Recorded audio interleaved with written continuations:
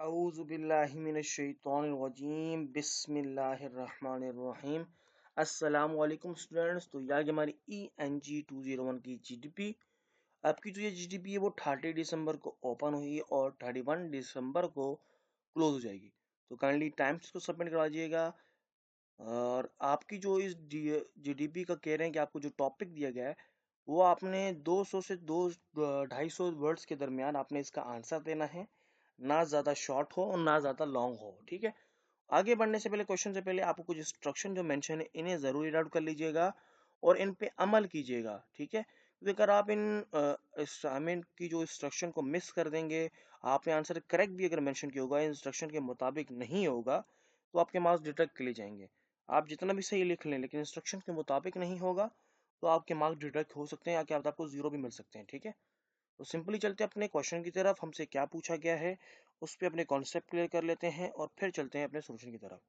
तो क्वेश्चन में हमसे क्या पूछा गया है, कह रहे हैं कि हंस हॉफमैन वन सेड, कह रहे एक हंस हॉफमैन है, उन्होंने एक बार कहा था कि ability to simplify means to eliminate the unnecessary so that the necessary may speak.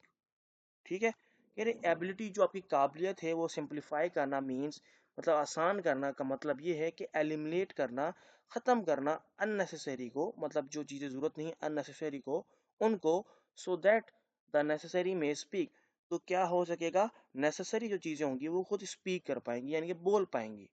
How this quote resonate with the principle of consistence effective communication. किस तरीके से आपको लगता है कि ये जो कोट है ये रीजनेट है, ये प्रिंसिपल है कॉन्सेंट्रेशन कॉन्सेंट्रेनेस का, सॉरी, इफेक्टिव है कम्युनिकेशन के लिए। तो हमें ये बताना है। तो सिंपली हम अपने सॉल्यूशन की तरफ चलते हैं।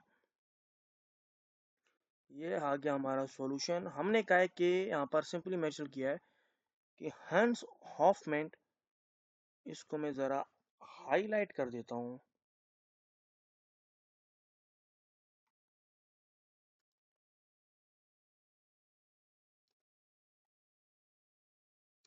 ठीक है, अब आपको थोड़ा क्लियरली समझ भी आएगा कि हंस हॉफमैन का जो कोट है, ability to simplify means to eliminate the unnecessary so that the necessary may speak. ये परफेक्टली जो है प्रिंसिपल है कॉन्स्टेंटेंस का और इफेक्टिव है कम्युनिकेशन के लिए। कॉन्स्टेंटनेस एम्फेसाइज करती है, क्लियर करती है स्पेसिफिक और रेलेवेंट इंफॉर्मेशन को। ये डायरेक्टली एड्रेस करती है ऑडियंस की नीड्स को और अवॉइड करती है वेगनेस और अननेसेसरी डिटेल्स को। सिंपली अगर देखा जाए सिंप्लीफिकेशन में, जो हॉफमैन सजेस्ट करते हैं कि हेल्प्स जो फिल्टर है वो रिडंडेंट और इररिलेवेंट एलिमेंट्स हैं, ensuring that the core message stands out in communication. This translate to using precise language, relevant examples and straightforward arguments that resonate with the listener or reader. For instance, is a business report or technical writing, excessive jargon or unnecessary data can obscure the intended message, whereas a concise and focused approach makes the information more impactful and easier to understand. क्या बोला इन्होंने कि जो Hoffmann suggest कर रहे हैं, अपनी राय दे रहे हैं कि जो फिल्टर हेल्प्स फिल्टर है रिडंडेंट का, वो इररिलेवेंट एलिमेंट्स यानी कि होते हैं फिल्टर रिडंडेंट हो गए या इररिलेवेंट एलिमेंट्स हो गए, वो इंश्योर होते हैं मैसेज के अंदर, कोर के अंदर स्टैंड आउट होते हैं, निकाल दिए जाते हैं। कम्युनिकेशन के अंदर अगर आप ट्रांसलेट करते हैं प्रिसाइज लैंग्वेज को रेलेवेंट एग्जांपल्स के साथ, स्ट्रेट फॉरवर्ड आर्गूमेंट्स के साथ, वो रिजनेट होती हैं और लिसनर को और रीडर के लिए रिजनेट होती हैं। अगर आप इंस्टेंस तौर पे देखे जाए, बिजनेस जो रिपोर्ट है टेक्निकल राइटिंग की, एक्सेसिव jargon और अननेसेसरी डेटा की, वो अब सिक्योर करती है इंटेंडेड मैसेज को, जबकि वेयर इज कॉन्साइज और फोकस जो अप्रोच होता है, इंफॉर्मेशन होती है, वो ज़्यादा इम्पैक्टफुल होती है और आसान होती है समझने के लिए। ठीक है, आगे बढ़ते हैं। मोर अगर अगर देखा जाए, मोर ओवर कॉन्सेंट्रेंस जो है बिल्ड्स करती है ट्रस्ट और क्लियरिटी को हो, वैन जबकि जो अननेसेसरी एलिमिनेटेड होते हैं वो नेसेसरी होते हैं सच फैक्ट्स के लिए, फिगर्स के लिए और एक्शनेबल पॉइंट्स के लिए। बिकम्स मोर अपेरेंट, वो हो जाते हैं more apparent, leaving little room for misinterpretation. जो रूम है उसके लिए लिटिल सा मिस इंटरप्रेशन होती है। This approach sorry this approach not only saves time, ये अप्रोच सिर्फ टाइम नहीं बचाती बल्कि इन्हेंस करती है ओवरऑल इफेक्टिवनेस को, कम्युनिकेशन की, और मेक करती है गोल को ओरिएंटेड और एंगेजिंग।